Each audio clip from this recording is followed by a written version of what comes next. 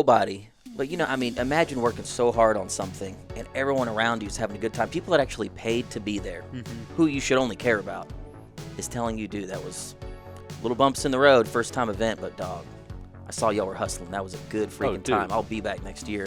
Yeah, all of our vendors were like, kind of sent, we'll be back. And then at the end of the night when we're just finally relaxing, that big old kick in the nuts out in the dark parking lot with the dude blowing smoke in your face was not a good experience. And I think about that every time we agree to do it again and do it again. I'm like, man, I'll give him a free ticket anytime he freaking wants, man. He can come out and enjoy this event and have a great freaking time. I always hear that echoing in my head. There's always people that tell you that you suck, you can't do something, you shouldn't even try because other people have done it better. You can't achieve that. And I never forget that conversation, dude. It's just like a little kick in the ass to make sure if dudes do come out like that, they'll never say shit like that again.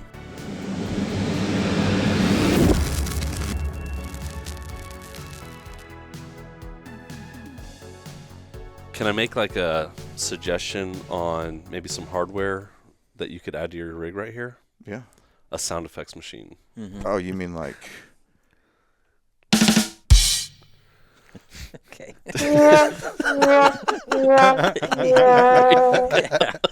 Dude, a joke would fall flat last night, and Cody pushes a button, and it goes, ka, ka. He had a little John button. It's like, yeah. Oh, really? That's cool. I have no idea. I've never messed with this. They've got, it's like 16 programmable sounds or something on there, but cool. We never messed with it because it wasn't like our shtick. But I guess we could start adding on it. Like when it would have came in handy when Craig Summers was dropping jokes and we're all like, yeah, right, quiet. You know the air horn sound effect where it's like, boo, boo, boo, boo, boo, boo, boo, boo. Right? Yeah, it's gonna be fantastic. So today, welcome everyone to the Big Tex Ordnance podcast. Today we are gathered here today. Ladies and gentlemen. I am now truly beloved doing a marriage ceremony. Welcome to the Big Tex podcast. Today we are talking to Klay and Tony from, y'all guys have a bunch of stuff going on. So list off the companies that you've got going on right now. So Klay and I are partnered in an apparel company called Third Pin Threads. We're wearing some of the... This happened by accident. There was no memo. There was no memo that went out. This happens all the time. Great minds think alike. They're nice shirts. So we do shirts and hats, and we have a website, Third Pin Threads, and we use that brand to just help us to do things like sponsor our YouTube assets, our Instagram and Facebook assets, as well as title sponsor a lot of the festivals we do. And not get canceled because it's apparel. Right. So we can boost those ads. Right. Yeah, we can run ads through that and have fun with that. And we also have a partnership where we do basically events and festivals, starting with Klash Bash, Texas, and what we're going to talk about today, which is Lethal Weapons, Texas. It's a new event that we're launching here in March. It's going to be incredible. So pumped for that. Mm-hmm. Yeah, it's going to be pretty sick. And before all that, we had Kalashmas, which is where I originally, I originally met y'all, I think, in 2000. When was your first Kalashmas? Like 17. Yeah, 2017. It was like 25 dudes wearing stupid sweaters shooting trash. Like, that's all it was when it first started back then. Klay and I just became friends like a couple months, before that. I think early 2017 or something like that. Yeah, we met through a mutual friend on AK Files, which is where like all AK people used to lurk. Some still do. And we all sort of met up one day. He recognized one of his products on my gun. I was kind of like, you're the guy, you're Kyber Customs out of Houston? Had no idea. And we've kind of been hanging out ever since. And those little meet and greets sort of grew into a little Christmas thing that kept snowballing every year and eventually turned into Kalashmas, turned into Klash Bash, turned into everything else, basically. Yeah. All just totally natural. Yeah, because I sat down and had coffee with you out in the Woodlands in probably 2018, and we talked about this because I did an article for Recoil Magazine on Kalashmas, and you were like, yeah, I've got this idea. We're going to launch like AK style apparel, and I know it sounds crazy, but we want to do AK centric events. And I was like, okay, well, that sounds neat and cool. I wonder how that'll work. Mm-hmm. And now you have the largest AK centric event in the country, Klash Bash. Yeah. Klash I mean, Bash. probably, I think It's huge. It's a huge event in and of itself, not even just AK related. Yeah. Just like in and of itself, it's a pretty huge event. I like to think about, I think part of like the success strategy is really kind of taking notes and saying, okay, like here's some things we did that didn't really quite work out. Here's some things that we did that really did work out, right? And then try to replicate and do more of those things that, we did well. And I think what we grabbed a hold of very early on when we were doing like those Christmas events is it's like people were all dressed up. They were having fun. We were like it was like, okay, this isn't really like a gun thing.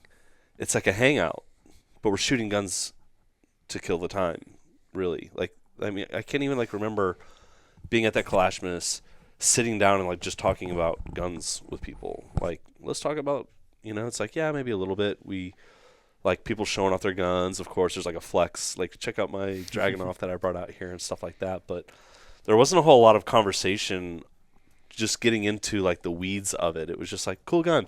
By the way, high five, nice get up, like nice costume and, hey, we should do this again. And so, I don't know. I think right early on, we just kind of realized that like if all we do is just like kind of create this place for them to come hang out, they'll come hang out. Yeah. And how'd you get into the AK? How'd you get into AKs first, for both of y'all? And then how'd you get into manufacturing the cheese grater? Right, that was your first thing for Kyber Customs. And then how did you get wrapped up into? Oh, I know you said you met him, but what were you doing at the time? So I got into AKs at a young age. It was in high school. My dad bought me like a $300 Wasser from a pawn shop that had some wood on it, and I thought it was the dumbest thing ever because Dad had all these cool carry handle ARs and FALs, all this modern stuff. I didn't pay attention to it, and it wasn't until I started bringing it around my friends and no one else had an AK, and I started to realize it was a little bit different. Then I got a Vepr, something Russian, and it wasn't until later in life, like maybe 2015, 2016, when nice arsenals were coming in the country. People like Rifle Dynamics and Krebs were starting to be household names, and I realized, oh, there's like this whole other world of AKs I had no idea about. And I just fell head over heels, went to my first Red October, which was like the original big AK event, and fell hard for the community, the guns, and the guys building them, and companies I never even knew existed because these guys weren't coming out to events anywhere because there were no AK events back then, and fell freaking hard. So I started an Instagram channel. I started competing with AKs, and it sort of started blowing up overnight. By the time that I had met Tony, he had already like seen the Instagram. I already knew about his company, but we didn't know each other at all. So in that moment, he's like, "Yo, cheese grater, cool." I'm like, "You're Kyber Custom." He goes, "You're that dude Clayco. Like you're kind of like this dude that's been competing with AKs lately, kind of this rising star." Like that's exactly the conversation we had, and we just sort of hit it off, and our personalities meshed. We're personally really good friends on the side other than being business partners, and that's how it started, was just a friendship. I really liked Kyber Customs. I mean, we're hanging out, having like parties at each other's houses, doing live giveaways, and it just sort of spiraled into the apparel and getting together to shoot these guns, which turned into the events later. Yeah. But that's sort of the beginning story for me personally. And how'd you get into the cheese grater?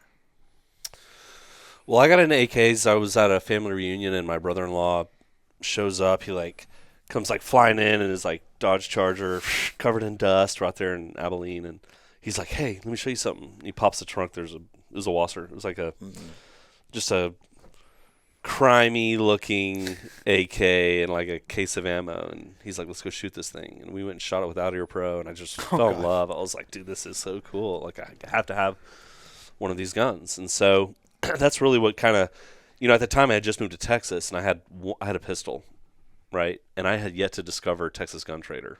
Oh. So for those of y'all that live in Texas or if you don't know, Texas Gun Trader is basically like the Craigslist of guns here. And I think everybody goes through a phase where you're like basically scanning Texas Gun Trader every day. Oh, yeah. That was my phase when I first moved here, is I'm like, lever gun, need this. So anyways, my gun thing really just kind of blew up when I moved here to Texas, and that's how I got into AKs. AK Files is at the time, it was like the happening spot. I'm not as active on it anymore, so I can't tell you how active it is now. But It's like the 4chan of the gun world, I think is a good way to describe it. It's just a great forum, and they had a great marketplace. I mean, you could just sit there and just acquire anything you want in AKs. That was the place to go get it. So at the time, people were buying and selling these cheese graters that some company had made maybe like 20 years ago. And they weren't, you couldn't go online and buy them. So if you wanted to get one, you had to find someone who had one and buy it secondhand. And people were paying like $150, $200 for these things. And for those people that don't know, it's a piece of metal that covers the gas tube. Yeah. Right, on an AK. Yeah, it's just basically like a ventilated upper handguard. Yeah. The company that made them like 20 years ago, they would take gas tubes and weld them in. So you'd buy the whole assembly. But people are paying like $200, plus for these things. And I was like, So I went and I took a toilet paper roll, I drew some holes on it, and I started going around all these like fab shops. And I'm like, can you make this? Can you make this? Can you make this? And probably 8 places I went to were all like, you're not prepared to drop 30 grand on tooling to make this thing, And at the time, I didn't really know the potential, so I was like, okay. One day, I hadn't yet given up, but I wasn't actively pursuing it. I'm passing this fab shop, and I decided to pop my head in there, show it to them, and they go, yeah, we already have all like the tooling to make stuff like that. Like, we could totally do it. And the interesting part of the story is that this company has a history in the AK space. They used to make receivers. Oh, wow. For a bunch of AK companies. So it's like, it was just right place, right time.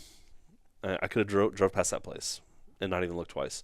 And I just happened to look up and see the sign and go, yank in there, and I had my sample. Anyways, a couple weeks later, I get a sample, and I get 100 of these things. I put them up on the files, and they sell out overnight. And I'm like, okay, let's do that again. Yeah. Fast forward to today, I've sold over 20,000 of those Holy things. shit. I mean, like, so many of them. And that product basically opened up the opportunity for me to start Kyber Customs, a website. Now I sell a lot of SKUs. Last year we did $1 million in revenue. And it all started with that one single little simple product. And when was that? When did you first make 2016. it? Oh, wow. There's actually It's about 5 pictures years. of Tony like in his kitchen with this little fold-out table and the Oh, little yeah. machine printing out, and he's like, "Oh, we did like, this week we sold 5. Can you freaking believe Oh, it?" dude. And Yeah. they're like breaking champagne, and then now what it's grown to, Right. it's insane. I remember being like, babe, we did 3 orders today. We're killing it. And yeah, I mean, you hear about those stories where people are like doing it in the kitchen. Yeah, that's how we started. Yeah, we were, holy cow, we got 5 boxes from RSR in today. Dude, we got a whole case of PMags in. Like, and we sold 100 PMags today. It's like, Yeah. we're packing them up on the kitchen table, and then, so I know exactly. Yeah. I can definitely relate. Do you remember buying your first shelving? Yeah. Dude, Oh, yeah. my whole living room was shelving. Yeah. It was just like, all right, let me move this blanket out of the way and grab some inventory. The here. shelf is still here. Yeah, somewhere. we have the original shelf. Actually, my desk right now in the warehouse is like the original desk that we had. I should have thought to keep that thing. Yeah. I ended up moving into a buddy's shop temporarily before I moved back into my house. Texas Rifle Works, Steven's shop. His shop's not open anymore, but that was a good time. I used to drive there like 10 o'clock at night after the kids went to bed and after everything, my day job and stuff was done. I would go drive there till like 10 to 12 o'clock, packing up orders, getting them by the door and go home and go to bed. So it's like, Not much has part changed. of the story. So much has changed now. Dude, I still get texted 2 a.m. Sorry, I didn't realize what time it was. I just had this crazy idea. Like, are you packing orders at 2 again? We've learned to turn our alerts off. Like, we'll text and like he'll text me like 4 a.m. and I'm up for some reason. He's up for some reason. He's like, I didn't think you would respond. I just didn't want to forget this. You know, like you're good, dude. I was up anyway.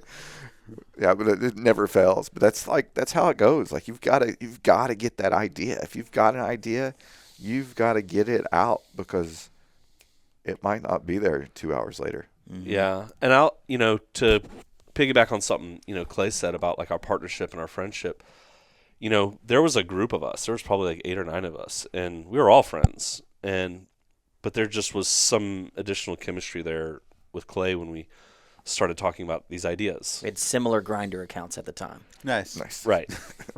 So we started talking about these things, and it was just that was something that we connected on more so than kind of really anyone else in the group. Was that it was just like we had the crazy ideas, and we also had the courage to say, like, is this worth even trying or pursuing. And I mean, there was a time where we were driving out to San Antonio and Austin and Dallas at these like random ranges and like doing meetups, you know, just so we could kind of gauge, like, are people really willing to show up? Are people really willing to whatever? And that was a lot of fun. Yeah, this was, I remember we had just had Klash Bash 19, which there's a funny story with that I don't even know if we should tell that story. How we should definitely tell this story. Yeah, we should tell that. I don't know what it is, but it sounds amazing. It's a great story. Why don't we get into that, and then we'll talk about the meet and greets. Okay. There's a driving thing that happened. So we do all these Christmas events, and everything happens, and we start selling tickets, and I think we had like 120 people come to that first time we ever sold tickets to Kalash Bash. We're like, dude, like, people are going to buy tickets to this shit. We need a bigger place. So we drive around, and we find the CCC shooting complex. Oh, yeah. And, you know, the owner's really eccentric and was really interesting to deal with, but they had like this big oil derrick in the parking lot, and everything matched up. We had just started linking up with Mike and Lan at Dissident Arms, so we knew that we was could, so big for us. We were just like, oh my God, look at this place. So they could do this big match for us, and I wanted it to be a party, because not all of us eat, sleep, and breathe like gun stuff, right? Some of us like concerts and camping and all kinds of stuff, so we let them handle the match, and we tried to throw a party on the side and get some vendors involved. Dude, I've never worked so hard on something in my life, other than that first event. I mean, it was 4 of us, dude. I was taking out trash, working the mic, working the vendors. Tony's doing all the back end stuff, keeping everything organized. Mike and Lan are running their asses off doing this match. It's 4 of us. Our girlfriends are doing registration. Yeah. And then we're doing the third pin booth, selling doing shirts the third and pin stuff. booth. I've never worked so hard in my life. Didn't even think to hire staff. Hundreds of people out there. It just didn't even think about it. Trash cans are overflowing. We have like one porta potty. Remember the dude picked it up at the end of the weekend? It's like, just Shitter's staring full, at us. dude. He's like, next time you need to, like, you should call and we'll come clean this out. I'm like, I didn't know. Anyway, dude, so to set the stage, we are beat. We've worked our asses off. Everyone's having fun. Everyone's happy. A freaking tornado comes through and trashes the place. Oh, man. So it all comes Dude, to our a 10 close. by 10s went flying. I remember the story. Dude, You went called flying. me afterwards. Freaking Jim Fuller's out there, for crying out loud. You know, Pappas, all these guys. And Brandon Herrera's out there, filmed a really funny video and was a big help selling tickets. And at the end of the night, keep in mind, this is 6 months of work just for this thing, which started everything for us.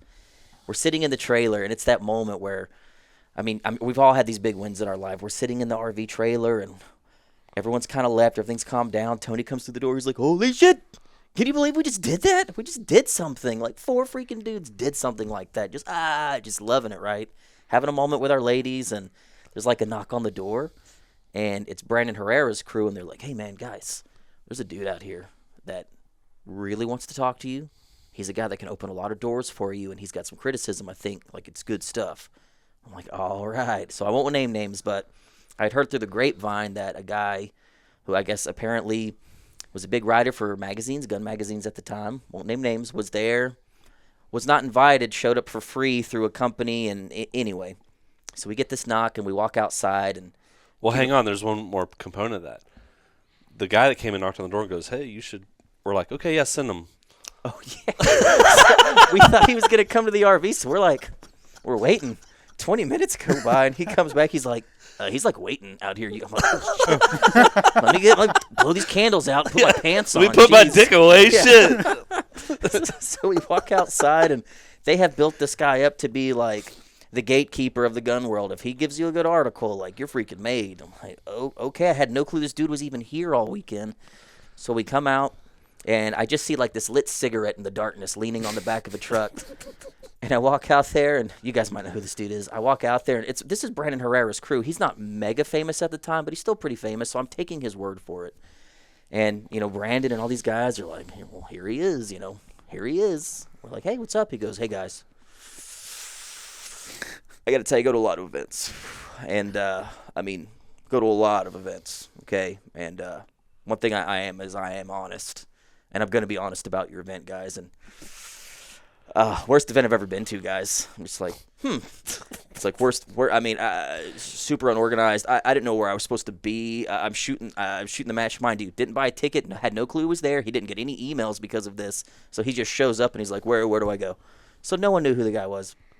Big drag of the cigarette. He's like, I gotta say, guys, I'm gonna do you a favor.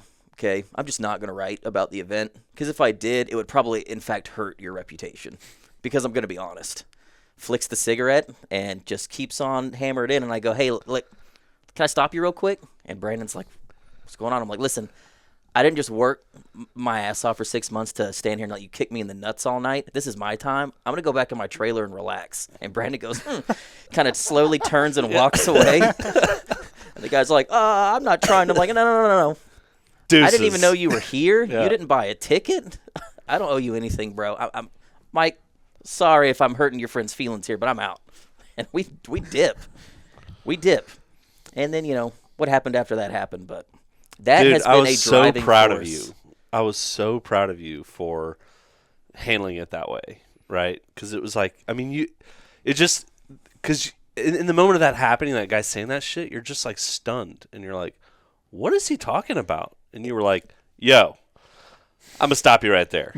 And I'm a nobody. But, imagine working so hard on something and everyone around you is having a good time. People that actually paid to be there, who you should only care about, is telling you, dude, that was little bumps in the road, first time event, but dog, I saw y'all were hustling. That was a good freaking time. I'll be back next year. Yeah, all of our vendors were like, condescend, we'll be back.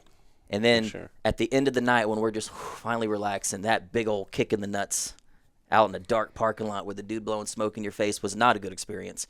And I think about that every time we agree to do it again and do it again. I'm like, man, I'll give him a free ticket anytime he freaking wants, man. He can come out and enjoy this event and have a great freaking time. I always hear that echoing in my head. There's always people that tell you that you suck, you can't do something, you shouldn't even try because other people have done it better and you can't achieve that. And I never forget that conversation, dude. It's just like a little kick in the ass to make sure if dudes do come out like that, they'll never say shit like that again. It's those little moments that make it so real. That's probably one of the best stories in the chapters of this book. It's like that was a moment where things changed. Things just went. We were more solid. The concrete had hardened a little bit more, and we just kind of like, all right, we're set. We're going. So that was a cool memory. I love sharing that story. So since then, you've had 3 Klash Bashes, right? 4 total. Four total. So that was the first one. You've had 3 now. You just wrapped one up this fall. Yeah, right before Symposium, because we share the ranch. We share a lot of the same tents and fixtures and everything. That way everybody's kind of spreading the cost out with Symposium. How do y'all like all them big tents that we leave for y'all? Yeah. Very nice. So how many people were out at this last Klash Bash? Our projections were somewhere around 1,200 between attendees and staff. I think in reality it ended up being about 1,000 between the two. And Symposium, what's that, like a couple hundred people? 180 if students plus 40 event staff. And a lot of people watching vendors. have probably been to Symposium, so can you imagine 5 times as big a Symposium? That's Symposium's such a cool thing that I've never heard of anyone doing something like that. It's a high price of admission, but you get access to how many guys, how many high-level guys. You can take classes for days. It's super cool. So, it's numbers-wise, I've always wanted to go, but I am, sleeping for 6 days after Klash Bash. Oh, yeah. But we do have a lot of attendees that go to both. That's why we don't go to Klash Bash, because we're gearing up for Symposium. It's our biggest event of the year. So they're like, every year you're like, hey man, you coming out? I'm going sponsor a stage, and I'm going to give you some money. Send you a care package. You ain't going to see me because I'm loading up We're loading up vans. We're getting ready. We're getting everything. We shut down the warehouse usually for Symposium. Is how big it is. For Christmas, Thanksgiving Day, Symposium. Well, and we still work on Columbus Day and those days. Even if the post office is not shipping. They'll still take packages. So, so Symposium's it's bigger than Christmas because we don't close that many days for Christmas. And think of poor Matt. He's got Matt's working nonstop for weeks that month. On it. Yeah. We got some good Matt stories too. I don't know if they're worth sharing here, but bit my head off at this last game. So he had a rough night. He's up until 3 dealing with our campers, which is a whole podcast in and of itself. So he sends us a text at 3 a.m. He's like, "Fellas, I'm gonna drag tomorrow morning. I just need a little bit of sleep in time." I'm like, "I got you, dog." Next morning, I wake up and I see a couple things that I'm hoping some staff can handle, like trash is overflowing a couple places, and I guess I just sort of I hit him wrong, man. I'm on the radio. I'm like, hey Matt, you up? He's like, yeah. What's up? Hey man, we got to get a handle on this trash. And as I'm saying it, I see him and I pull up next to him. Skirt. Hey Matt, trash is flowing. I got a couple. He's like, hey princess, you sleep good last night? I'm like, yeah, I slept great. All right, well some of us didn't. Okay, you got to change your energy. All right, you got to bring that energy level down. I'm like, my bad. You want some coffee? I'll get you some coffee. Yeah. Matt's a big dude too, so like when he says you should change your attitude, you Big probably old should. Pennsylvania, Right. Pennsylvania dude. But Big even in fan. that moment, if I was in Clay's shoes, I don't know if I would take that as Matt was legitimately pissed, but it's more of just like ball busting Yeah, to that's- like the most extreme point of almost uncomfortable ball busting. That's how Matt does. Yeah. Like he's Yeah. the way he's a hoot to be around. Like Yeah. he'll be busting your balls, but he's like, oh, like But he Yeah, makes those events. I Yeah, mean, he really is an integral part of the events out there. If it wasn't one of for the Matt, hardest working yeah. dudes I've ever met. I mean, yeah. like just That's how I describe him to people. The hardest working guy I've ever met in my life. Yeah, and Hands the other down. cool thing about Matt is he's open to these crazy ideas. So Oh, like yeah. a lot of times with these venues, you know, you sit down and you're like, "Hey, we have," and it's like, "Look, this is what you get," and don't ask me for. I'm not changing my venue. I'm not right. Matt's like, if you need me to move dirt, create a berm, like you just have to tell me, Yep. and I'll get it done. And we've gone to him with some stupid ideas. Dumb. And at first, he's like, guys, really? That ain't going to happen. And we're like, all right, let's go back and repackage this. Hey, Matt, Yeah. what if we did this? And look, safety protocol, and da-da-da-da-da. And then it's eventually Matt's like, all right, listen, if we do it, right? And it's like, okay, cool. Like, Matt, he just needs to be sold. We just have to sell him on the idea. If we can do that, he'll get it done. The labor part of it is easy. Is the easy part for him. It's wrapping his head around out. Is this like worth it? He's put so much money into that RV pad. Mm-hmm. He built us a pad over at the campground. So like, I would say on these events, the biggest thing that gives me high blood pressure. And I wish if this was the only thing, you know, that I could eliminate from the process, I would say let's do 20 events a year, you know, but it's the weather. Yeah. yeah. Right. I mean, we're playing a very big chess game here with selling 1,000 tickets, right, and spending all year putting this shit on, well knowing that a hurricane can literally give us like a 24-hour heads up that it's coming, Yeah. right? And that part worries me a lot to the point I don't even look at the weather. Klay has to like tell me what the forecast is, and I can generally tell. He'll say, "Don't look at the forecast," or "Hey, dude, I think it's okay to look at the forecast." I'm like, Yeah. okay, all right, we're good. But so for us, when we're working with Matt, it's like those tents. The reason why we do those tents, that's our insurance policy. This is a rain or shine event, Oh yeah. right? Yeah, they're huge. So rather than having these 10 by 10s or having it wide open, let's go drop a 60 by 60 at the campground. Mm-hmm. And worst case scenario, if it's shitting on us, then everyone can get underneath that tent and we'll throw a kegger underneath the tent at night and we can still do stuff. The live fire tents, the vendor tents, all those tents are all there. So worst case scenario, if it's raining, throw in your boots and a poncho and we're still going to have a great time. But that's the one thing that, oof. And it's funny Because because it's you one were thing just you can't in control. You control everything except that. Yeah. and you were just in Red October, and it's like what, like 80 mile an hour, like dust storm. Oh, whatever? dust storm God. just destroyed the event. I mean, vendors are packing up like at noon, and I mean, you're standing there like, if there was a guy selling goggles or like some spoggles, he made Yeah. $1 million, dude. And they had no control over that. Just destroyed Saturday, like the peak population day, destroyed it. Nothing you can do. Yeah. Yeah. So that's I think part of the reason you don't see a lot of these things, and this is probably the reason why people don't push the lever as hard as they do on events like Klay and I do. I think the other component of it too, despite the fact that I have Kyber Customs and that I am pretty much 100% like in the firearm industry, that's like my source of income, that's how I make a living, I'm still like a small guy, right? And so a lot of times with these like really, really big events, you know, who's putting them on? These are like big companies, Yeah. you know, big entities.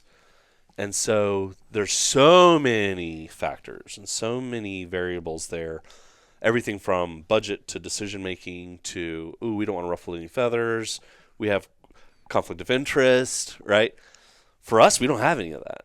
So we like to think of Klash Bash and Lethal Weapons as like if you had a blank check right, and just gave it to like one of your best friends and said put on an event, like this is the type of event that they would put on, right? It's like we're putting on the type of event that we would want to go to. Yeah, and we're the dudes that are out there paying to go to everyone else's event. Yeah, I mean, you are your customer, or Right. your demographic, your target demographic. Like, right? I wish someone else would do this in Texas, so I don't have to do it anymore. And then I could buy a ticket and go to Klash Bash. Yeah. Like that was kind of the whole idea here. I was driving 22 hours to Vegas every year, going to Red October because it was like the only game in town. Yeah. Now PSA's doing an AK thing. Man, who else? Up in Wisconsin, they've got AK things. Like they're starting to pop up, so more and more people don't have to travel. But Texas is like its own country, so it needed something. Right. And you can still travel 12 hours in Texas and still be in Texas. Yep. So. And it's I don't cool know that if it we'd has be its able own to thing. do Klash Bash if we were anywhere else in the country. I mean, that's just my opinion. I'm sure there's other states and other places we could pull off something similar, but to this level, we're pulling Houston, Dallas, Austin, San Antonio, like 4 major cities, all within a 3-hour drive. Mm-hmm. Yeah, the ranch is in a really good location Really for good that. location. Like almost halfway between San Antonio and Houston. Like you said, you got Austin, Dallas. Those, I mean, And there's those no are- imminent threat of the neighbors, Exactly. which is the other big thing that a lot of people don't talk about. Is like you could find a really nice outdoor range. Where's the nearest subdivision? Because that's going to give you an idea how many years you have until that. That's what range kills is- ranges and racetracks, man. Oh, yeah. Zoning. Yeah. Yep. So Doesn't we're matter far who enough was there out first. Yeah. Yeah, true. Cletus McFarland's going through that right now. there. I saw that. Yep. So let's talk about somebody showed up at Klash Bash this year We and just, talked to you. just talked about this last night. I've got the picture framed on my wall. Okay. So picture the famous meme of the ATF guy looking over the fence. What's he wearing? He's got like the blue hat, Yeah. the cardigan, vest. Yeah, the yellow short Yeah, sleeve tee. yeah. Right. Yep. So a guy showed up to Klash Bash wearing that exact uniform. He even had a camera on a tripod. Oh, nice. And he had the personality to go with it. And that's the thing that like we're kind of scratching our head over because like if that guy, if he sees any of our live streams or this video, reach out to us. Please, we can't find you. We've tried. Yeah, We we'd tried. we'd like to hear your side of the story. Like what? Because so much was this, effort went into the LARP. Right? Is this Why guy would like he do method that with acting? that much effort?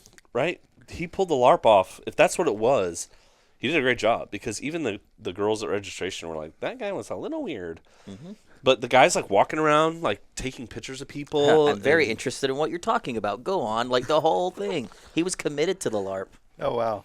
He walks up to one of the machine gun bays where they're doing the rentals. It's our friend Cody with Weapon Genetics. And I guess he's trying to negotiate renting some machine guns, hands the dude a $50 bill. Dude's looking at it. It's like Monopoly money. It's not real money. And he's like, what am I supposed to do with this? And I guess the guy panicked and freaked out and didn't really know what to do. Takes the money and I guess disappears. It was From Paramount movie money. So at a distance, it looks very real. Right. Yeah, it's prop money. And So if you're busy, If you're busy, it would totally pass. Yeah. Yeah. Yep. so maybe a minute or two later, I'm in my little side-by-side, and I'm, like, flying, just kind of running errands and doing what we're doing. And Cody and I can't remember the dude's name that he was with, but they're, like, flagging us down, and they're like, oh, this guy, fake money, nah. We need an adult. Yeah. Something happened. So we're like, Matt, there's a dude dressed like the ATF meme guy trying to use fake money, and, Matt's like, I'm on it. So, of course, like, for the next, 10 minutes, everyone's in Dick Tracy mode right now trying to figure out where this guy's in, and we're like, And we end up finding him over where the gold bays were, and he's, like, got this smirk on his face, holding his tripod. People are walking up, getting a picture with him. And so the range owner's like, he explains to the police officer that was on site, hey, I have this weird thing going on. So he decides to go make contact and talk to the guy, and sure enough, like, he pulls out, like, a pocket of fake money. Yep. And the officer's like, look, I'm just going to help you to leave. They're asking you to go. But in that whole process of doing it, they bring him up to the clubhouse. And I guess at some point he's doing, like, a pat down or whatever. And dude's like, Yeah. hands up. He's hands up. Meme ATF guy's hands up. Almost arresting him. And one of the range officers, gets shit. the perfect picture. Yeah. So this picture starts to go around. I'm like, oh, shit, they arrested fake ATF guy. And the whole thing that makes it so funny, fake ATF guy was renting NFA machine guns with fake money. You Right. can't write this stuff. And it's framed. They have the 50, and his picture framed at the ranch. It was at sign-in for Sons. Oh, nice. Yeah.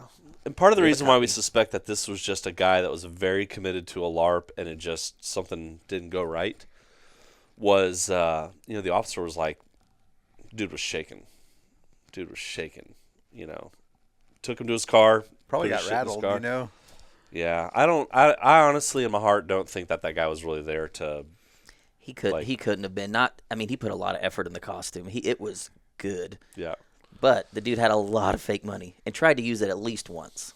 So I don't know. I have no That's idea the what part his intention was. That's like bring him on and explain the fake money part because you had the whole LARP down. The fake money thing.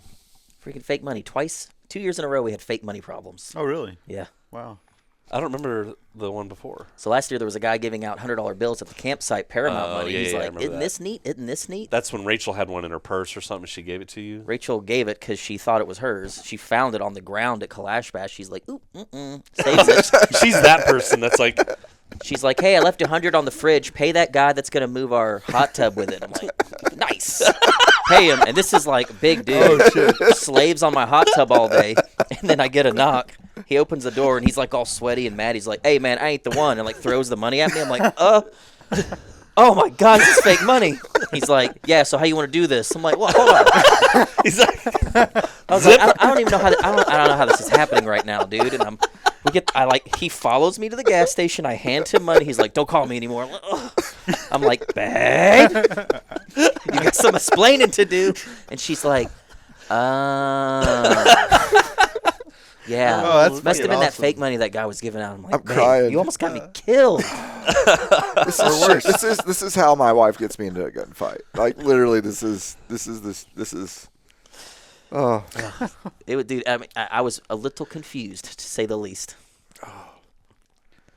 that's fantastic. This is the energy, dude, that y'all have had ever since I met y'all originally, and this is the energy that attracted our other friend, Mike, who we just aired their podcast. Mm-hmm. Yep, I saw. To come visit y'all at Klash Bash and start Lethal Weapons. Let's talk about that. We need some cool 80s music right now. Yeah. yeah, Engage the 80s music. Time Warp. synthwave. Dude, there's been this reoccurring email we get. We're always getting questions for Klash Bash, and people are like, I know it's an AK thing, but I got this dope FAL. I'm like, man, it just doesn't fit. Or, dude, could I run a carry handle AR? Could I run my G3? Could I squeeze an MP5 in there? And you gotta hurt feelings. You gotta keep telling these guys, no, it just doesn't. It doesn't fit. I'm sorry, and that's happened forever. So we had this mutual friend, Matt Shockey, who was really tight with you guys and Sons, and Tony and I have been batting around this idea like we can't. There's got to be other stuff outside the AK world. There's For years. We've been years. talking about this for at least 2-3 years. Everyone's got some dope pre-band stuff sitting around. Everyone's got other interests other than like ARs, like modern ARs and old school AKs, which is our lane, and that's a huge world. And the same theory that we apply to Klash Bash is like if you just give a place for AK people to gather because there ain't many of them, they'll gather. Well, what if we did the same thing with dope-ass retro guns? Yeah. Give them a place to gather. Well, you have to have a special partner for that. And AR manufacturers have been beating down our door for years. Like, hey, we'd love to be the one, but nobody had what Mike and Kyle had. No one had that energy that you're talking about. Mm-hmm. They just have this je ne sais quoi, this freaking attitude, this presence, highly active in the two-way. Their guns are dope, and their Instagram is hilarious. Like, there's just something about Sons that is it's hard to put a finger on it. But, man, they can get people excited. And it just sort of worked out. The stars aligned, and we partnered up on this thing. And when Mike said he was excited about it, that got me excited about it. Yeah, and it's part of our recipe. I mean, we're not, secretive about this type of stuff. Like, you can throw as much money at coming up with these ideas or these concepts, and at the end of the day, people have to be inspired to want to show up. And these aren't cheap tickets either. I mean, you can go to these things and pay $30. Our tickets start at $100. But we had to ask ourselves right out of the gate, like, is this just like throw a tent up and a couple porta potties? Is that the future, or is the future like a place where people can come out and like this is their vacation for the year? They take 3 or 4 days off, drive their RVs out, and spend the entire weekend with us. And going back to Matt Shockey, he's like, bro, you can't have people out here for 4 days and not give them an opportunity to take a shower. Like, let's drop a shower trailer over at the campground. Like, let's put some AC-controlled toilets. They're worth this. They're worth the spend when you're talking about crowds this size. Yeah. What a great partner. But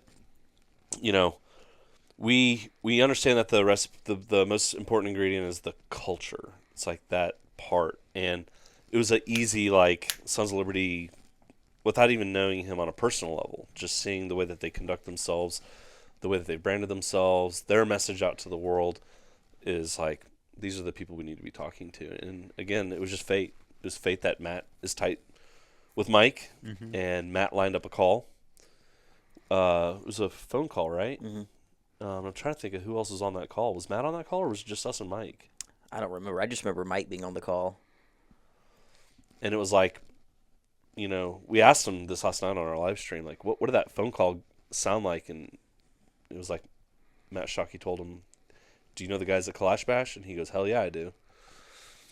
They want to pitch something at you that sounds pretty cool. So Mike Michalski hops on the call, and he says to us, I haven't been as excited about something in 7 years. I'm 100% in.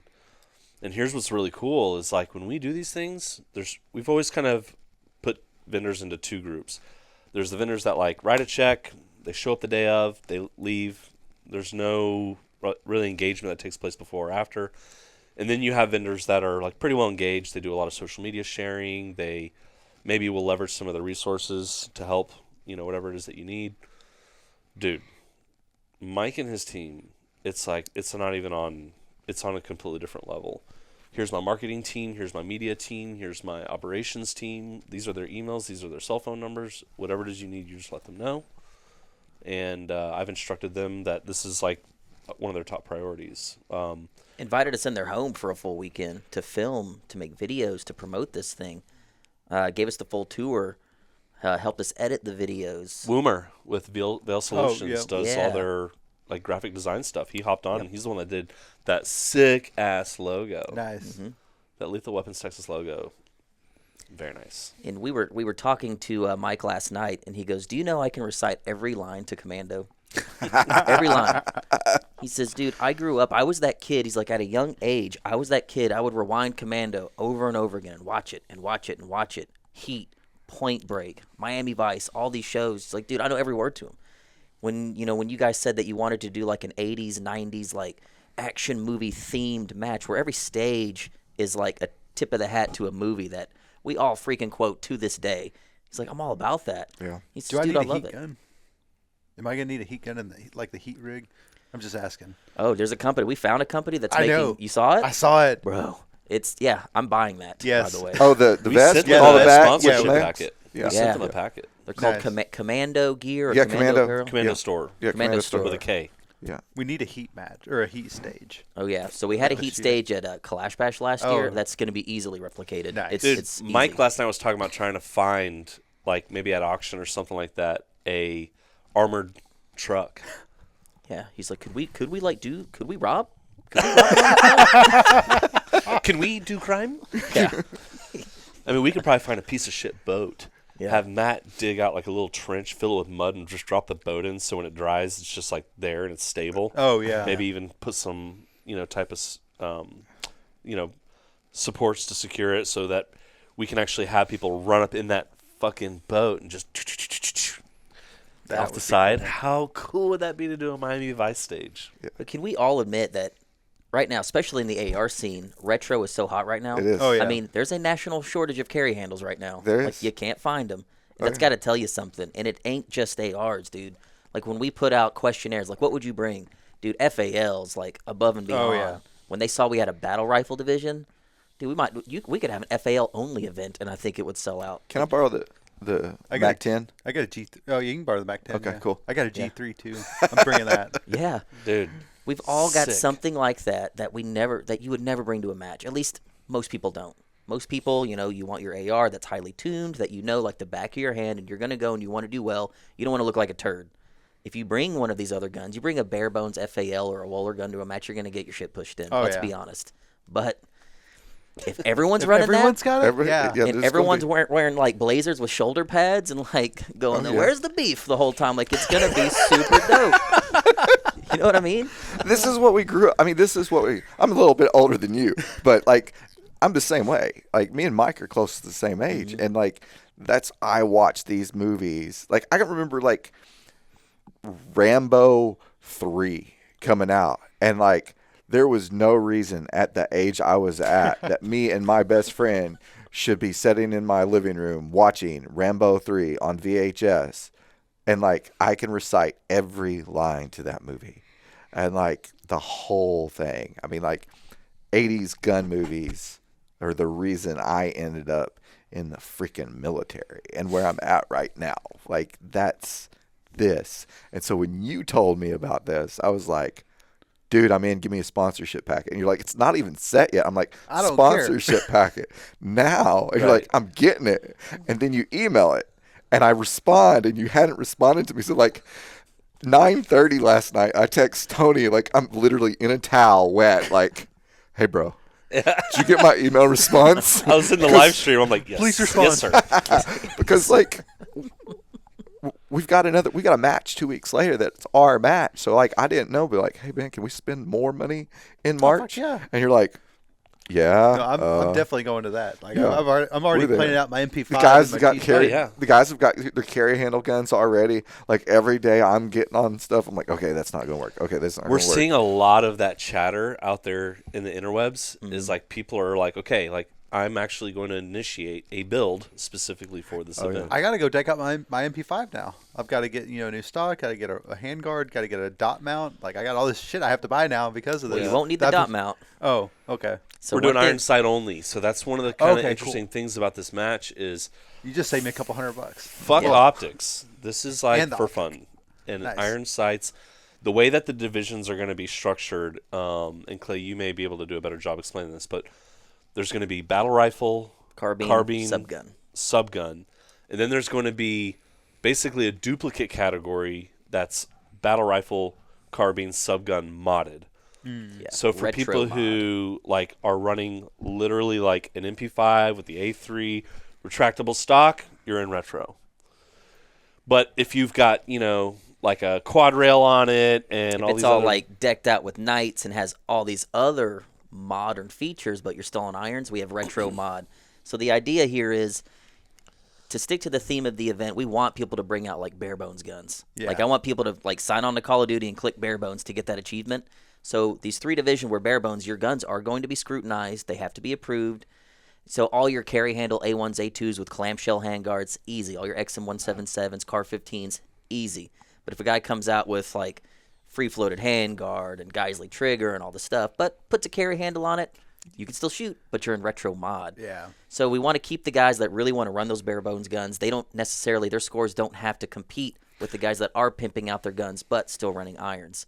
And running irons, no matter what you bring, to me, is what's really going to set this event apart from other events. And really, really, no matter if it's modded or not, keeps it retro.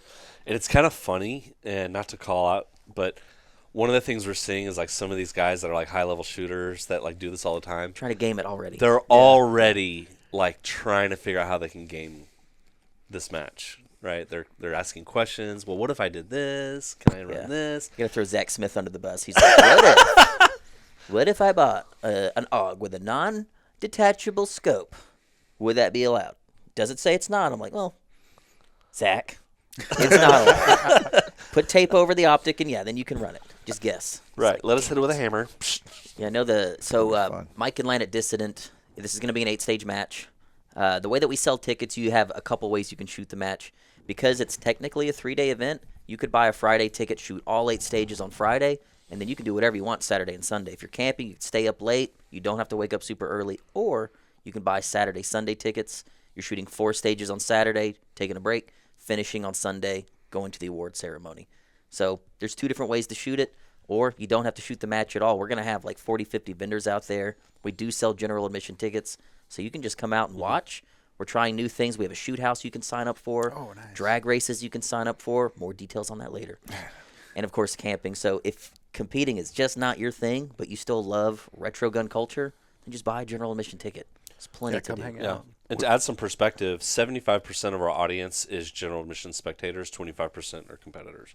Yep. There's a limit to how many competition tickets we can sell based on the par times and the stages and all that type of stuff. We will be recording live out there. I mean, not we won't be recording live out there, but we will be recording podcast out there. Yeah, we're having we a will be podcast. out We're there. gonna Dude, set it we up should like set up like one of those Yeah, booths college, that you see NFL. like Yes. college game day, Right. Yeah. but Right. with retro And 80s let people walk news up anchors. and yeah. just, you know. Oh, Hey, yeah. that's such a the good crowd, idea. the crowd behind us, like Right. You need retro outfits like a Oh, retro yeah. news Oh, yeah. anchor. Oh, we're going yeah, to we've Goodwill already- and gonna go buy some like. Oh, there. dude, like the Ron Burgundy. Yes. Yes. yeah, it's Yeah. we're in it. It's we're the in there. pleats. We should It's the actually pleats. like all goes like the Channel 4 or News what is- team. news team News team assemble. from San Diego. Yeah. It'll be fantastic I think that would crossover be so fun. with Uzis and I think that's a great Oh, idea. And excellent. even set up a PA speaker so people can listen, Oh, you know, yeah. while you're talking. Oh yeah. Right. you know, we can do it. I got speaker outs, all that stuff. I am not going to cut this short because I have a Christmas party to go to. Cool. All right. I appreciate y'all coming. I've got to go serve cupcakes this morning at a Christmas party. So it was good to see y'all. Thank you, sir. Appreciate it. Be in touch. Yes, sir. I'll see you in a bit. Love you guys. Bye. Love you. Bye. So is this the part where the interviewee gets to ask questions to the interviewer? I guess so. Yeah. New So, segment. So what's going on, dude? I mean, so this is a big operation, and Yeah. you had kind of mentioned earlier you started out of the garage. Mm-hmm. Tell us a little bit about. I'm interested to know a little bit about your story. Yeah, so me and my wife started this way back in 2013. It's like, I guess when we kind of started, 2014 is when it really started, I guess. We started out as doing Cerakote. So I was working a full-time job, so was she. We wanted to somehow be in the industry, kind of a way to spend more time together, you know. And it was either like make holsters or be an instructor or whatever, which I didn't want to make holsters and I wasn't qualified to teach anybody. So Cerakote was just becoming a thing. So we're like, hey, let's try this Cerakote out, you know. So we sold a 1994 cap and a half F-150 that I had, like a little second car. We sold that like $1,500 or whatever it was, and then we bought like a small air compressor and a blast cabinet, and then started doing Cerakote in the garage. And then we quickly realized that the little air compressor wasn't going to cut it, so we had to sell that and get a bigger one, big old 3-phase one. But we started Cerakoting, and then eventually about a year later, maybe later that year, we got out of that, sold it all because we moved, and then we're like, hey, let's go to retail. So we had like one shelf worth of stuff and like a couch and a desk and a laptop in this little 10x7 place behind our shed behind the house, and that's how Big Tex started, and that's where we ran it out of for a while. Was it called Big Tex at that point? Yeah, Big Tex Outdoors. And we were, packing up PMags on the kitchen table and stuff, and getting orders to the door, and setting the delivery or the USPS pickups. They come to the house, pick it up. Because it's like, oh man, we had 5 orders today. Yeah, we freaking nailed it, dude. We're, like you said, breaking out the champagne and high fiving and like, man, this is awesome. You're like, whew, some hard work, man. Yeah. We really earned it today. We're And really you're still putting doing the your day hours. job at the time and Oh, yeah. all of this. Yeah. And then we grew up, we actually moved up here to Montgomery, and we got a 10x15 storage unit. Like, actually, it's the complex is right over here. But, in the middle of a big warehouse, those little storage units, we got them to run like a power outlet to it. And we didn't have internet in there, so we'd have to like go out, check our phone to the door because there's no service in there. We'd print the orders off at home. We were storing everything up there. We'd go pack all the orders and then go run them to the post office. Then we upgraded. We got two 10x15s, and we cut out the middle between them. So now we doubled our size, Mm-hmm. And then we slowly built it up over the years, and now we're here. We have the range and all this other crazy stuff that, like, you blink and then it all of a sudden happened, and we're like, how the hell did we get here? But Seems like you could put on a master class on how to scale a business. oh yeah, we kind of made it up as we went. Like, no idea what we were doing, just kind of just winging it, so to speak. But yeah, it's been a really crazy ride. But Well, congrats on the been a lot success of story. fun. I mean, this is pretty wild. It's Yeah. pretty incredible. we've been Chris took us very for a tour. lucky. Yeah, We got to see it all. yeah. I took some notes. Oh. Put candy in orders. Yes, candy constitutions. Yeah, we've been doing constitutions since day one. Full disclosure, stole that from Mark LaRue. We'd be ordering stuff from LaRue Tactical, and order a trigger or whatever it was, and you got the little constitution. I mean, that's pretty cool. So we started. I was like, I want to do that. So we bought some Constitutions, and now we're going, like, we get like a whole pallet of Constitutions in, and we burn through a lot of Constitutions now. But. So when you look ahead at the next year or two, like, what are you excited about? What still continues to motivate you, and maybe can you hint to maybe a new venture or a new project that you're kind of getting motivated about?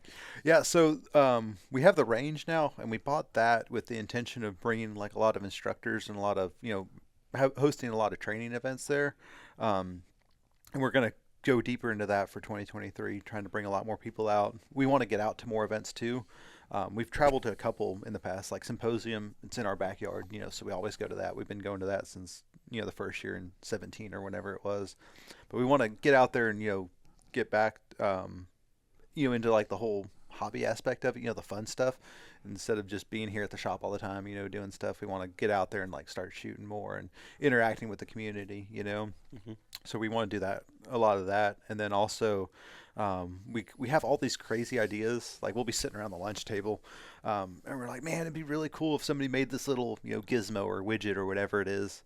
It'd be so cool if they had this. And I don't know why nobody's making it. And then we just kind of go on about our business. But we're starting up a little kind of like a side business, I guess, the manufacturing arm. Mm-hmm. We're calling it Kratos Design Group.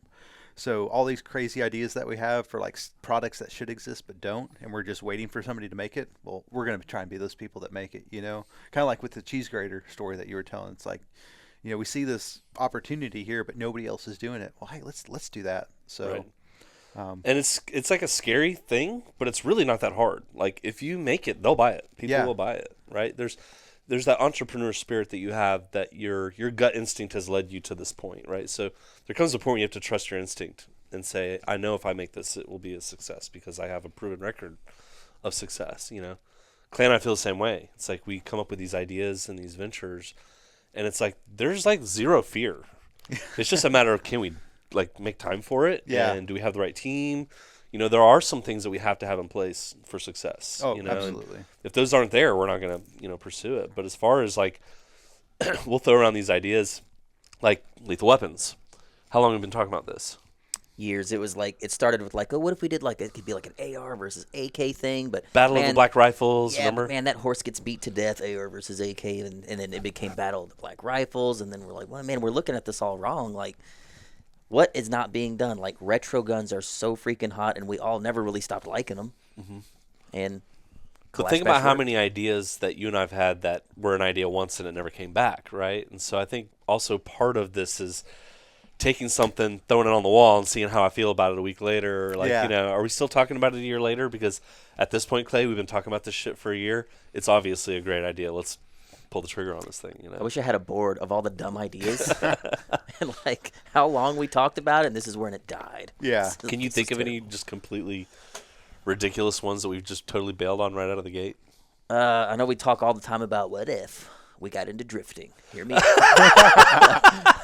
Well, hold on. That's still not a horrible idea, because you're seeing people reach out and start spending time in other verticals. So automotive, like in cars, whatever it is, survival, these are all like really good verticals to start. Because one thing we're so scared of is getting canceled because we do gun stuff. Little bumps in the road, like, oh, you can't promote an ad for your website on Facebook. You can't boost it on Instagram because you sell gun stuff. That's bad. And you know what? We'll even put you in 30-day Facebook jail because you even asked. Yeah. So then the apparel came up as like a buffer. Well, if everything's under the Third Pin umbrella, like, hey, we're an apparel company. We don't do, like, that's the company. We're always worried in theory, about we that. can sell shirts, sell hats. We can even create gun content that's not, hey, check out this company. Yeah. Go buy this product. It can literally be like high production movie scenes featuring guns, and do that under Third Pin. And in theory, we should be able to get away with that. Yeah. You know what's interesting? You can boost an ad on Facebook for a gun event. All you want. It's totally okay. And it sells tickets. It may not be okay. We just may not be getting We haven't got caught yet. Well, so far it's been okay. We've done it twice and no issues. But that's a huge thing, like being able to boost stuff on Facebook. Like we used to, back in the day, we used to be able to boost posts, back when we first started, and that's how, we got a lot of business from Facebook. And then these started, or I guess we got big enough, or they started cracking down on it, and like we've had to find a way to grow ourselves without that, and like that's a huge thing. Yeah, it's funny because like last year, do you remember what the engagements were on that ad we ran on Facebook? Oh, it was dumb. I didn't believe in it when he told me like, dude, we could boost this on Facebook. I'm like, okay. I mean, I didn't think it was going to do very well, but the engagements were through the freaking roof, and it clearly sold tickets. Yeah, paid for itself. Oh yeah, It and you worked. see in the comment section, it's hundreds of comments, and it's just people tagging their friends. Yeah, And then the friends responding, "Hell yeah, we're going to that," right? And it's like, that feels so good. I remember 2019, like back in the day, gun content on Instagram in particular used to just kill. I mean, there was a point where we were getting 1,000 followers a week. wow. We would just pump out a video, million views, like it was nothing. And then one day, Facebook had purchased Instagram, and it's like one day someone flipped a freaking switch. All the gun content left the search feed. You got no more random eyeballs. There's a really good analytic you can look at specifically on Instagram, which is kind of how we built everything back in the day. It says this post crushed. 98% of the people that watch this post aren't even following you. Random eyeballs. You're like, awesome. There's a ton of room here to grow. Now, well, recently it's changed, but for a long time, when that switch got flipped, it said 0.0001 people that watch this post were not following you. No more random eyeballs. There was no natural growth. Everyone's Instagram stopped. Yeah. Everyone started following each other, but no random people were finding gun pages anymore. YouTube, not so much, but on Instagram, it killed growth. So I remember we had a conversation back then. We were like, dude, Instagram can get deleted tomorrow, which was like our only presence at the time. And it would be devastating. It would be totally Yeah, devastating. because you have no voice after that. We have no voice. The Facebook pages weren't very big. My YouTube wasn't very big at the time, and I was terrified. I'm like, bro, if we lose this one asset we have, how are we going to tell people about events or anything we want to do? So the Christmas thing was kind of starting to jump off, and I'm like, dude, like, you know, bands right now, no one's buying music. They'll have to tour their asses off to sell tickets and to stay relevant. It's boots on the ground to go out and do events, do concerts. You know, I think these events are going to save us, dude. They can't cancel events. Yeah. Like, as long as we can get people to go to one and have fun, people will keep coming to events. We could lose the Instagram tomorrow. At least we always have that event that people know happens every year. They can't cancel that, and it's something that is real, and an algorithm doesn't really affect it all that much. So it was just like another CYA thing, and it's worked out really good. Now the page has a big presence. It's on Facebook. The YouTube's grown because of it. So they'd have to cancel a lot of stuff for us to completely lose our voice. Yeah. And it is such a shame that that's something we have to worry about. Yeah, we shouldn't even be having this conversation, Right. you know? And it's interesting because going back to like trusting your gut, like we obviously know that that's not organic. Like what's happening with, I mean, same thing with you. I think my followers I've maybe gained 1,000 followers in the past like year. You know, it's like maybe if I'm lucky. But you know, I read that they're like with Twitter, with everything that's happening over at Twitter, that like a lot of these pages are like they are discovering that your followers and the people who are engaging with you are way greater than what the numbers are showing, right? Like they are absolutely sandbagging the ability for people to find you and for people to be able to hear your message. And so, you know, the thing is, and Klay and I talk about this all the time, it's like it is discouraging to a degree, but this is also a business for us. And so there's also, these things also create competition, right? And they create opportunity for people like us to rise up and say, okay, well, look, here's one thing we know. There's always going to, people aren't just going to stop wanting to view gun content or absorb or consume gun content just because Instagram starts cracking down on gun stuff, right? What are people going to do? Are they just going to change their hobbies? Are they just going to say, well, if I can't log into Instagram and see guns, I'm just going to not Fuck, buy. I'm going to give it up. No, what are they going to do? They're They're gonna going to find go looking. They're going to find a way to get that content. Right. And so you're not going to stop that consumption. And so the good news is if Instagram, YouTube, whatever, if they start cracking down, that's cool. Like a lot of people are going to give up, right? A lot of people are going to get discouraged. Those people who built 100,000 follower pages and all of a sudden get shut down. You see it all the time. These people are like, I don't know if I want to go through all that again. Like that was A lot of work getting to that point. right, and it just got yanked out from underneath me. Now I got to start all over again. And you see a lot of those people get very discouraged and they don't, do all that. But the good news is people are hungry. They want to consume the content. They're going to continue to search for a platform or a place to consume. So it just means that we have to evolve. Mm-hmm. We have to keep brand building. And Lethal Weapons Texas is the current thing right now. I'm just highly impressed when I hear your story to know that you've built this and you can't promote on Facebook. There's a lot of things the tools, they just, nope, you can't have them. Yeah. And that you're still successful when you could be selling freaking fidget spinners and you could boost the shit out of that, post it anywhere you want. And maybe you could get to a level like this. The fact that you've done that with having half the toolbox that everyone else gets access to is pretty impressive. Well, thank you.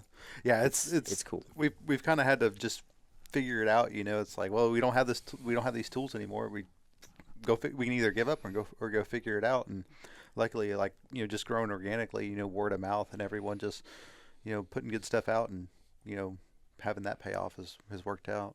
Well, Ike, as you know, the trajectory of success doesn't look like this. No. It looks like this and then this, right? And and like and that's a conversation me and my wife had a while back or we have it quite often. It's like, everyone sees all the good stuff now, but they don't see all the years of just like, putting in the grind and putting in the work and just, not really seeing too much from it, just kind of flatlining and maybe a little tick. Then all of a sudden, all that work just starts paying off exponentially. And that's kind of where we're at now. But, and I'm sure, like nobody else really sees that. And it's not just like a steady upward thing. It's a lot of grinding and not seeing a whole lot of return. And then, if you're doing it right and everything works out, it'll take off. If you had to try to think of what that moment was, right, where there's the grind, and then there's just like kind of that moment where you realize things just changed, right? Like sometimes it can be a particular, like a strategy that just got deployed in your playbook, or maybe there was just something that went viral, or there's a moment that you just kind of feel like that was kind of the moment where things turned. If you had to kind of like go back and think of what that moment looked like, whether it was we made a decision, we made a financial decision, I quit my day job, or whatever that decision was where like that's when the tides turned, what would you attribute that to? So like 2019 is when I guess it really kind of started, everything really started, we started catching our stride and everything really started coming together. We had hired a couple people at that point. My brother and my mother-in-law were our first two employees. So we had kind of started gaining some traction there. And then COVID happened, and we had a couple more employees at that time, but COVID hit and we were like, oh man, I don't know what's going to happen. Like we got everyone together. We're like, hey, economy's probably going to tank, all this stuff. We don't know what's going to happen. We want to let y'all know that we're going to, we're going to figure it out, And then obviously the opposite happened, but the way that we were structured is some of our founding principles were fast shipping. We're not going to do pre-orders. We're not going to do back orders. We're not going to do sell it and then order it. A lot of other companies out there would use like RSR or Sports South or a distributor, right? Display their products on their site, not physically have it, and then because they can get it overnighted. Yeah, because right. you buy it, and they buy it from RSR and then send it out to the customer. Or drop ship. Everything that we've always sold has always been in-house, and that's one of the things that we've always done. So when COVID happened, and RSR, which normally is overnight, went up to 30 days, 45 days, 60 days. So people would be placing orders at all these other companies and waiting 2, 3, 4 weeks to get their stuff, or even longer, and then getting pissed off. And us, you'd order it, it'd go out the next day or the same day, if it was, before like 3 or 4 p.m. And that's one thing that really, we were big enough at the time, not really that we were big, but we were big enough to make a difference. We had been around long enough, and with the way that we did business, we were able to take advantage of that special circumstance that was created. So here's everything, leading up to that is kind of what did that. But so it's that whole preparation meets opportunity. Yeah, exactly. Right place, right time. But we had been prepared. So like everything we'd been building put us in that unique position, and then that opportunity came up, and we were able to just capitalize on that. And then that's kind of what really projected us upward. But yeah. So outside of just the, being prepared and when that opportunity meet, I think it's also trusting the process, right? And I think for a lot of people, it's like they need that proof that they're successful very early on in the process. And I remember so many times working my day job and thinking, when my sales were like pretty impressive, I'm like, oh, we did $500,000 in sales this year. And I'm thinking, when I do the math and I look at margins and I look at how much would I have to pay myself to justify leaving my job, and what would the implications on my business be if I started taking that cash flow out to pay myself? Wow, it's like you wouldn't think, but like even at that level, I wasn't ready yet. Yeah. And I was like, the numbers aren't right. And I'm so grateful that I did that math and I put that all out on a spreadsheet, and I had a number. Like if we can keep compounding and growing at this rate, then this is the number that when that's what yearly sales are, I can not only afford to pay myself, but I can still continue to grow. Want to affect cash flow. I can manage my inventory turns properly, and there's still some so that I can invest in new ventures and do what I have to do. And I remember how dude, I ended up putting in my 2 weeks notice with my day job employer on December because I knew I was going to hit my numbers, and I was like, this is it. It's time for me to go 100%. And give everything I have to this thing. And that was such a great feeling of being so deliberate, and thinking about things that way. And so you have to. That's an amazing feeling. You have to be patient. And I think a lot of people, if I had to guess what the kiss of death is when they say small businesses fail at such a huge rate, I think that's probably it, is when people start trying to pay themselves too early. Yeah, because we didn't take salaries for years, didn't take vacation for years. Every extra dollar that we made from our day jobs and from the business, we're just getting poured right back into the business. Just trying to, and we never thought it'd be even really be anything real. Like it was just like a cool little side hustle, a little hobby, something fun that we did, and then it just kind of took off and became its own little thing. And but we were just constantly pouring everything that we had back into the business, and I think you're spot on with that. Yeah, and you see also a lot of people come into money, and they maybe they cash out their 401k, and the other, without feeling like I'm giving unsolicited advice here to people, but one of the other things I see here, or I see with a lot of businesses out of the gate that are huge challenges to overcome, is they go, okay, well, let's say they cash out their 401k or they get an inheritance or whatever, and they go, all right, fuck working for someone, I'm going to go be my own boss one day. And they go and they invest, let's say screen printing. That's, I think, a popular one. Is I'm going to go buy all the screen printing gear. I'm going to get all the consumables. I'm going to get the lease, 5-year lease, all this shit. And they put all this money into it. And then they're like, all right, let's go get some customers. And it's like, whoa. We've had this talk That's so many the times, reverse. man. Yeah. Right? I'm a huge fan of building it slowly. That's what we did. Just make it a side hustle and slowly grow it up. If you build it, they will come. Start slow and just kind of. You got to make sure it's going to work. And I'm a huge fan of just putting in the work. And I mean that's been successful for us. That's why I guess I'm such a huge fan of it. But to me it'd be a lot scarier just doing one thing and then all of a sudden just dumping everything you have into this, not knowing if it's going to work, right? And not even have proven it before, right? And no customers. So that's the great thing about social media is if you are out there and you're thinking, if you have that entrepreneurial spirit, before you even put money into a business and start selling a product or a service, start your social media and start gaining, start creating content, start getting people looking at you, because at least at that point, right, your odds of success are greater because you already have an audience, you already have customers. That's exactly what we did, actually. So back in 2013, we knew we wanted to do something, so we started Big Tex Outdoors Facebook page. We started a page. We didn't have any product, anything to sell. It was just sharing memes and just gun videos and stuff, right. And that from other people. And we actually did exactly that. We just started a page and had a small little following, maybe 50 people, but it was a following. And then when we figured out what we wanted to do, which was Cerakote, we already had a small little, not customers, but a customer base to market to, You already had eyeballs. Exactly. Right. You didn't have the business plan and then went, we've had this talk, all right, now we got to go get those eyeballs. We've invested everything we have. Now we need to go get customers. So he would have to convince me back in the day when we met the Instagram was booming, and he'd be like, dude, you've got all these eyeballs. Like, you're not selling anything. Like, have you ever thought about that? And, I'm like, oh, I don't know, not really. And as time has gone on, it's been some of the best advice I've ever heard. It's just like, dude, if you have all these other people that are interested in what you're doing, you have tens of thousands of people that watch, that ask you questions day after day.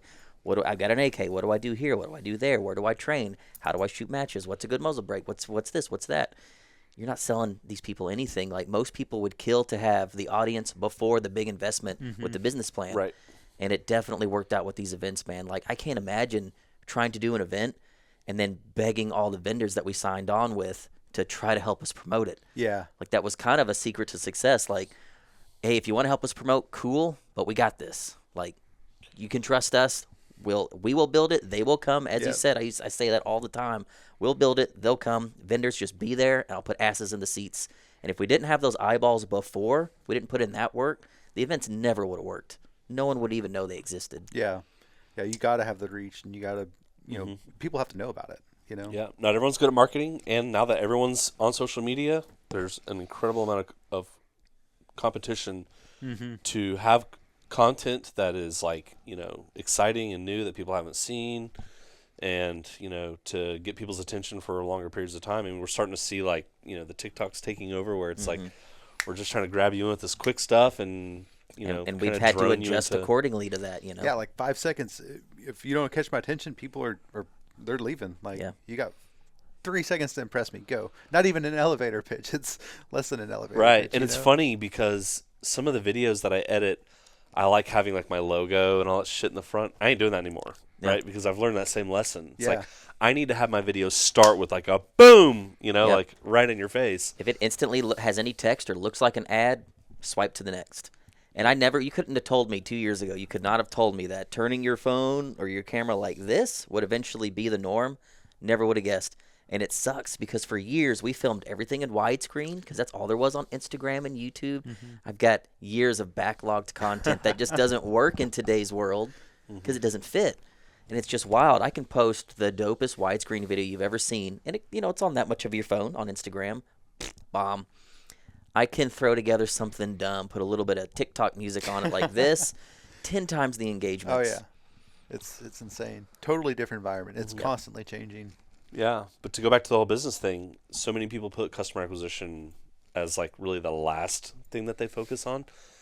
And so for you, and that's why I've been advising this of you, it's like that is a metric that not only do people put it last, but not everyone knows how to crack that code. If you've already got that part figured out, the rest is easy. Yeah, you're light years ahead. Right. Like, if you're smart, which obviously if you're able to create content and build this, you understand consistency, you understand commitment, you understand investing in yourself, you understand how much time it takes to do all that shit. The rest should be pretty freaking easy. All you have to do is just try to figure out how to connect with a product or service that those people can relate to, and it doesn't seem cheesy or like, you're just there for a quick buck. Like, offer something of really good value to these people, and the recipe's complete. Yeah. It's like super, super, super easy. And that's like, from our standpoint, like, we're really focused on continuing to build more brands. So nice. From Kyber's standpoint, we're going to be launching our manufacturing division. So we're kind of following that similar playbook where it's like, well, if we're going to sell things, why not sell things that are let's sell our brand, right? Yeah. Or let's start a brand and sell that type of stuff instead of only selling other people's stuff. And then obviously, going to 2 events a year, that can be pretty cool. It's a big commitment. Yeah, I bet. If you can imagine it, it's, I don't want to give too much away about what's going to happen to KB in the future, but it's going to be bigger and better than ever. Dates will change. We want to have events spaced out 6 months apart, so we at least get a couple weeks to not think about event building. Yeah. And then get right back into event building. Yeah, because an event at that scale is not something you just, it's the month before, we're just going to start planning this out. I imagine it's got to be. And so many people think it is that easy. I know. People do not understand that. If people knew how much it costs, I've seen what our expenses are to put that on, they wouldn't believe us. Even the logistics and all the manpower that you have to have. Like, I've seen other people try to put on much smaller events, 50, 100 people, and it just tanks because they have no comprehension of how much work and thought Right. and planning and money and all this other stuff goes into it. It's like it's the tip of the iceberg. You know, all you see is a little tippy top, the final product, but you don't understand how much. And this is just me, somewhat knowledgeable on it. I've never put on an event like this, but just looking at it, and I can't imagine how much work must go into something on that scale. I think the goal is to not let people see the chaos in the background. Like everything, it should look like it was, we just farted out an event and it happened. Like it's the goal is to make it look as calm as possible, and we're not looking like we're running around. Like last year was that first year where Tony was like, I'm a little nervous because it's a little boring around here right now, and nothing crazy is happening because that's typically the norm. Like it is constant. Like, oh my, I hear things on the radio. I'm like, ooh, I'm gonna take this over here before someone hears that. Yeah, Matt's like, That is probably though the best compliment, right? Like having fun. When people say I had the best time, I had a lot of fun, is very high up there as the best compliment. But to me, the greatest compliment is when someone's like, this looks like it was put on by a professional, like, operation. And it's like, no, we're just two dudes. And it's the boring stuff, man.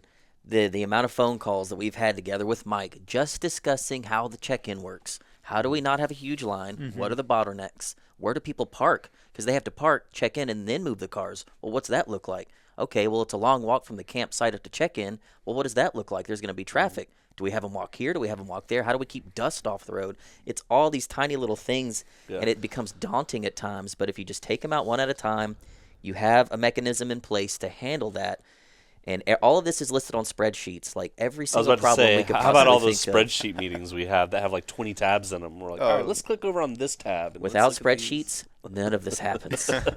And it's, I remember when we first started doing this, Tony's like, all right, can I show you my spreadsheet? I'm like, you what? Like, hold on, I'm telling you. Let me introduce you to my good friend Microsoft Excel. Yeah.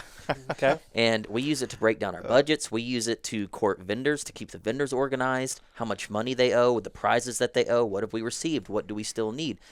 Every ticket that's sold, we have a name and an email, like what ticket did they buy? Multiple tickets? Is it one name for 4 tickets? Who's checking in? What name do we need when they do check in to buy 4 tickets? It's not 4 individual names. It's all these little finite details that without these spreadsheets, which to me is the secret sauce to a successful event, thanks to Tony here inviting me to that, you got to get them excited, and then it's just keeping it organized. Keeping it flowing. Which is the boring stuff that I think a lot of people, they're lost on. They're like, well, dude, we have to have the vendors, or we got to sell these tickets and make all the funny stuff. Okay, you have all that now. How do you keep that organized? How do you know how many bathrooms to get? How many tickets have you sold? What's the capacity? Do they switch out the water twice a day, once a day? Did you pay extra where they don't switch out at all? And now poop's touching people's ball sacks? Like, you haven't thought about any of that. That's the stuff that will really make or break an event. It's the tiny little things that you have to put yourself in the position of a guy buying a ticket. And I think what has really helped me is I patronize events all year long.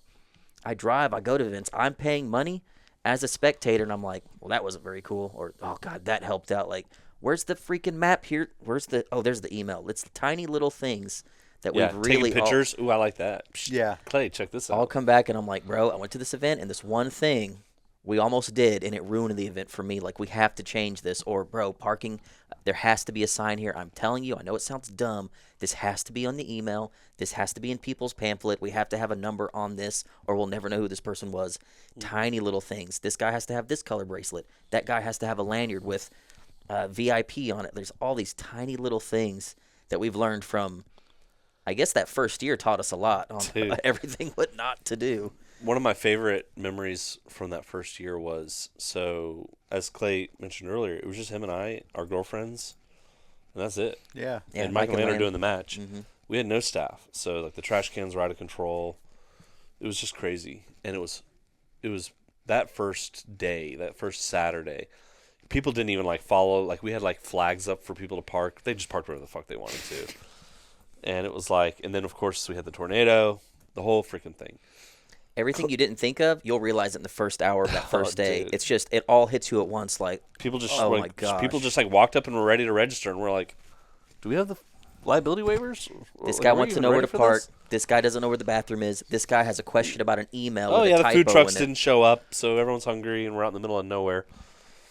So like Saturday night, we had an RV, and it was him and his girlfriend, and me and my girlfriend, and dude, I don't even think we showered. We just went to bed. Yeah. And there's like people out there partying and doing their thing. Klay and I crash. We wake up the next morning at 5 a.m. and we like get up and we don't even say a word to each other. We're not mad at you, but I think we're both just so smoked from that day. And then to think, fuck, we got to do this again. Yep. And it was like, we didn't even speak. No showers. I think we just put on a fresh shirt and just walked out and did it again the next day without speaking. It's not even a good morning or that was cool. You know, it was just like we grabbed our walkie-talkies, walked out the door. Indeed, I was so impressed with. I mean, it was a couple hundred of like the homies that came out. Like these are all people that have been watching the Instagram and stuff. Like we've met most of these people. Such a cool thing afterwards of thinking, oh man, I like everyone's saying it's good, but man, like I know what needs to happen next year. But people coming over and going, bro, it was good. Maybe handle the trash cans a bit better next time, but it was all right. I'm like, all right, whew, thank you. Just little things like that. I've been brought to tears at the prize table before. I think it was like 2020. It was after the whole COVID thing. I mean, having to reschedule the event. You've got people's money for like 6 months at this time. It was a nightmare situation. We were the only ones that actually went through with putting on our event during It was COVID. the most stressful year of my life, dude. Let alone COVID. But the event was sold out. Yeah. It was 2 weeks before go time, and then the whole world shuts down. Yeah. It was 2 weeks out. Matt's calling us every day, checking in. He's like, "Hey guys, I'm in if you are, but it ain't looking good." And the next day was worse than the previous day, and it was worse and worse. A couple of vendors more are calling. more lockdowns. Yeah, people pulling. Yeah, it's South by Southwest closed. yes. The stock Everything, show closed. yeah, everything. That was right around that. Yes, I remember that because Symposium ended up closing too. They ended up moving it. They had to move with us because we shared all the fixtures. Yeah, because we were scheduled for April Yeah. Yeah, or It end was- of March. Symposium was a spring event for 3 years? Yeah. So were we. So we've decided to partner on this thing for our first freaking year. This was the first year, right? At the ranch.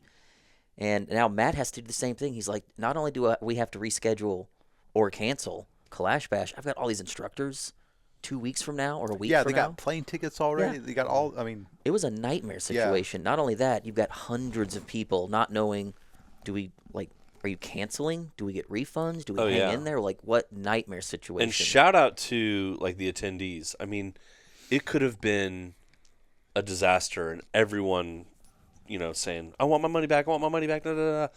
We put a video out, and we're like, guys, like, if we end up deciding this ain't going, everyone's getting their money back. But we are absolutely putting this thing on. We've already invested way too much into this. There's no turning back. But we're gonna have to reschedule. We're gonna push it out, 6 months. And like 99% of the people were like totally cool with it. Yep. There were like a couple shitbirds, yeah. that, and it wasn't even like, it was just stupid shit. Always But is. everybody else was like, right on, like we get it, totally cool. We're committed to doing it, and man, that was And if you shout remember, out to y'all. there was no handbook on what do you do when there's a global pandemic and your event happens in 2 weeks. Like, last time this happened, what did they do? No one knew what the hell to do. There was no rule book. We just saw all these events canceling around us that have, huge backing. They've been doing this for years. We're still a small event at the time. Mm-hmm. And we've got Symposium that is piggybacking. Like, both events are suffering. All the fixtures are rented. Tens of thousands of dollars in fixtures, and they expect to get paid. Oh yeah, that event was paid for. Yeah. 2 weeks out, everything's paid for. And we've had people's money to the point where the bank's like, I mean, you could give refunds, but you're going to owe a lot of money in chargebacks and like fees because the event was sold out for like 5 months. Yeah. Oh yeah, and you'll lose us as a processor, after doing that. So it's like, all right, we got to follow through with this thing, dude. I think we grew really close to Matt in that time. 'Cause Yeah. we were in the trenches together for a year. And you know what? I remember it was at that time we started doing we touched on this a little bit earlier. We're like, dude, all right, if we're going to reschedule this thing, we need to do something. So we went to 3 ranges all over Texas. We went to Triple C in, what was that, Waxahachie? That's called Station. No, ETTS is. Yeah, ETTS. ETTS. It was ETTS. We went to Lone Star in San Antonio, and then we came back to our home range at Rent-A-Fair, and we told everyone, listen, you guys are keeping your tickets. That means the freaking world does. We're going to reschedule this thing. Let's go hang out. So we had 3 local meet and greets once a month. Every month that we had to push back, we had a local meet and greet totally free of charge. We're going to bring guns. We're going to bring machine guns and ammo. Just come out and hang out. And everyone we went to, with like 50, 60 people that came out that were just local to the area, brought their own guns, and we partied for a day. Oh, hell yeah. And we did this 3 months in a row, all the way up to KB the next year, and it was it helped us all through that very difficult time. And I think it showed people that, hey, we hate this just as much as you do, man. Yeah. But our backs are up against the wall. But no matter what, KB's going to happen. And in the meantime, I want to have fun too. So let's get together. And we did, and it was a really cool thing. And I'm glad those days are behind us now. Oh, yeah. Yeah. Well, guys, made us who we are. Made this thing what it is. You know? Yeah. Yeah, it's pretty cool. Well, I think this is a good opportunity for us to say thank you. You know, Yes. because we've been working pretty much exclusively with Chris on communication, and any support that we've gotten from Big Tex, we've been working directly with him. But obviously, you know, that support has come from you. And so thank you very much absolutely. for the support that we've gotten. Everything from the Klash misses to the Klash Bash last year, and letting us come in here and do this podcast and kind of like letting us play here. And, you know, we're right down the road. He lives, what, like 10 minutes away? Yeah, I live in Walden. Oh, wow. Okay. And I'm in the Woodlands, so Yeah. it took me 20 minutes to get here. So, like, I see some opportunity here for a lot of collaboration on ideas, and maybe just having fun, and maybe next time we drink some whiskey. Hell yeah. Yeah, man, I appreciate your time. And hearing your story for the first time was super inspirational to me. So thank you for sharing that. Yeah, thanks. It's really cool. Yeah, thank y'all again for coming on and for the good conversation. And this was a really, really fun podcast to do. But Cool. I guess that's about it. We're going to have links to all their different business ventures and projects and stuff there in the description. If y'all can, go check them out. Rate the podcast, give us a like, subscribe, all that good stuff. Again, we really appreciate everyone watching. Thanks for tuning in. And y'all go support these guys, and we'll see you next time. Yeah, thank you all very much. See ya.